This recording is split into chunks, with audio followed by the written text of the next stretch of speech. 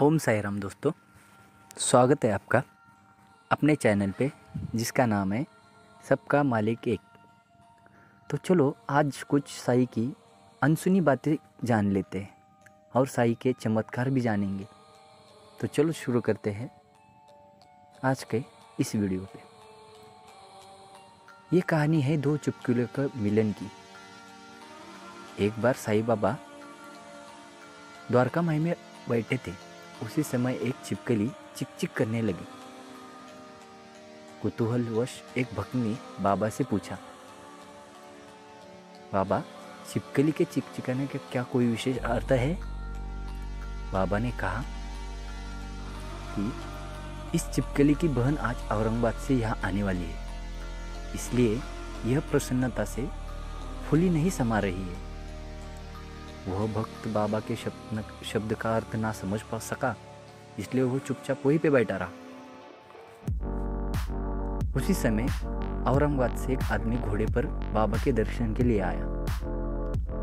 वो आगे जाना चाहता था, परंतु घोड़ा अधिक भूखा होने के कारण आगे बढ़ नहीं रहा था। तब उसने चना लाने के लिए एक थैली निकाली और धूल झटकारने के लिए उसे भूमि पर पटक दिया, तो उसमें से एक छिपकली निकली और सबके देखते देखते वो दीवार पर चढ़ गई। बाबा ने प्रश्न करने वाले भक्त को ध्यानपूर्वक देखने के लिए कहा। छिपकली तुरंत ही गर्व से अपनी बहन से मिली और चारों ओर खुशी से गुमगुमाने लगी, नाचने लगी। ये था छिपकली का मिलन। कहा शिरडी और कहा औरंगाबाद। किस प्रकार का एक आदमी घोड़े पर सवार होकर थैली में छिपकली को लिए वहाँ पहुँचता है और बाबा को उन दोनों बहनों की भेंट का पता चल जाता है। यह सब घटना बहुत आश्चर्यजनक थी। अब दूसरी कथा है, यानी दूसरा जो चांद भाई का घोड़ा। महाराष्ट्र में औरंगाबाद नामक का एक जिला है।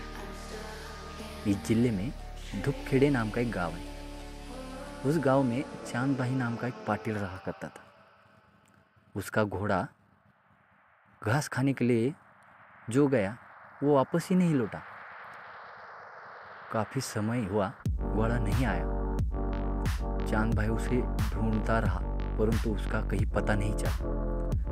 तब लगभग 14 मील चलने के बाद उसने आम वृक्ष के नीचे एक फकीर को चिलम तैयार करते हुए देखा, जिसके सर पर एक टोपी, तन पर एक कपनी और पास में एक सटका था।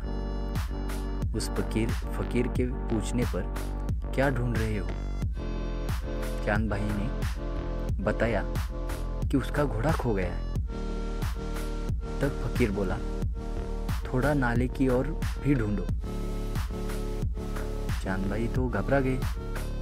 चांद भाई नाले के समीप गए तो अपने घोड़े को वहां चरते हुए देख उन्होंने महान आश्चर्यचकित हुए। उन्होंने सोचा कि फकीर कोई असामान्य व्यक्ति नहीं है, वरना कोई उच्च कोटि का मानव दिखाई पड़ता है। यह सब देखकर चांद भाई को बहुत विस्मय हुआ। चांद भाई ने फकीर से अपने घर चलने को कहा। दूसरे दिन चांद भाई पाटिल के साथ फकीर उनके घर चला गया और वहाँ कुछ समय तक रहा। कुछ समय बाद चांद भाई के घर में एक विवाह था, जिसकी बारात शिरडी में गई। फिर भी बारात के साथ शिरडी फकीर चला गए। शिरडी में बारात खंडोबा के मंदिर के पास महासापति के खेत में ठहराई गई। बारात में शामिल उस फकीर को देखते ही मालसापति ने आओ साई कहकर उनका स्वागत किया। इसके बाद से साई नाम को सब लोग पहचानने लगे और साई नाम से साई प्रसिद्ध हो गए। यह थी आज कुछ साई की खास कहानियाँ और साई की चमत्कार। अगर आप मेरे चैनल पे नए हो तो चैनल को प्लीज़ सब्सक्राइब करो एंड कमेंट में ओम साई राम लिखो।